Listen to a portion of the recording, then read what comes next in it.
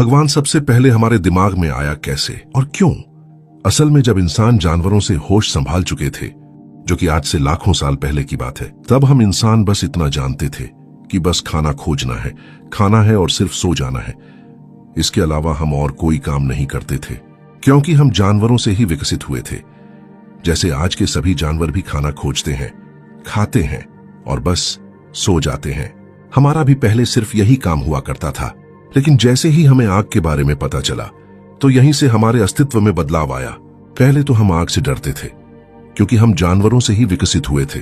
लेकिन फिर भी एक दिन अनजाने में किसी इंसान ने कच्चे मांस को आग के ऊपर किया, और जब उसने उस मांस को खाकर देखा, तो उसे चबाने में कोई ऊर्जा खर्च करने की आवश्यकता नहीं हुई। साथ ही उसे खाने में भी स्वादिष्ट लगा, और इसी फायदे की वजह से हमने आग से न डर के उसके पास जाना शुरू कर दिया, जिससे हमने आग को भी नियंत्रित करना सीख लिया। और जो ऊर्जा हजारों सालों से हमारे कच्चे मजबूत खाने को चबाने और पचाने में व्यर्थ जा रही थी, वो ऊर्जा पके खाने में न खर्च होकर खुद ही हमारे दिमाग में इस्तेमाल होने लगी, जिससे अनजाने में सबसे बड़ा फायदा ये हुआ कि हमारे छोटे से दिमाग का विकास होने लगा, क्योंकि उसको पर्याप्त से भी ज्यादा ऊर्जा मिलने लगी, जिससे उसका विकास उसकी हद से ज्यादा होने लगा। और अगर हम कच्चा खाना ही खाते रहते, तो हमारी बॉडी का विकास तो होता रहता, लेकिन हमारे दिमाग का नहीं। लेकिन क्योंकि पका खाना खाने के बाद बॉडी में बची ऊर्जा दिमाग खुद ही इस्तेमाल करने लगा और दिमाग तेजी से विकसित होने लगा, तो हमने अच्छे से सोचना समझना शुरू कर दिया। जैसे कुछ समय बाद वहां ऊपर कुछ चमकने लगता है। हालांकि तब हमने बोलना नहीं सीखा था, और ना ही उनको आज हम जो बोलते हैं वो बोला करते थे। बस हम तब सिर्फ देखा करते थे।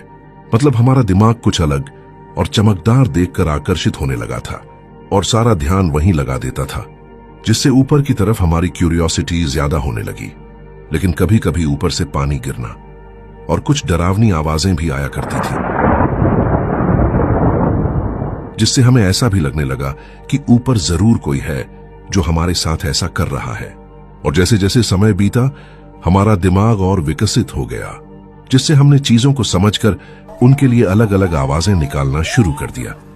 उसी मुंह से जिसका काम सिर्फ खाना पेट तक ले जाना था। असल में सभी चीजों का आविष्कार हमारे दिमाग ने खुद ही किया है। जिस मुंह का काम सिर्फ खाना पेट तक ले जाना था, उसी से हमने आवाज निकालना बनाया। और जिस जीभ का काम सिर्फ स्वाद चखना था, उसी से हमने शब्द बनाना शुरू किया।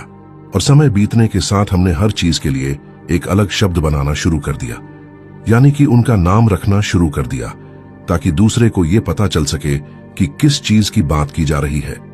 जैसे ऊपर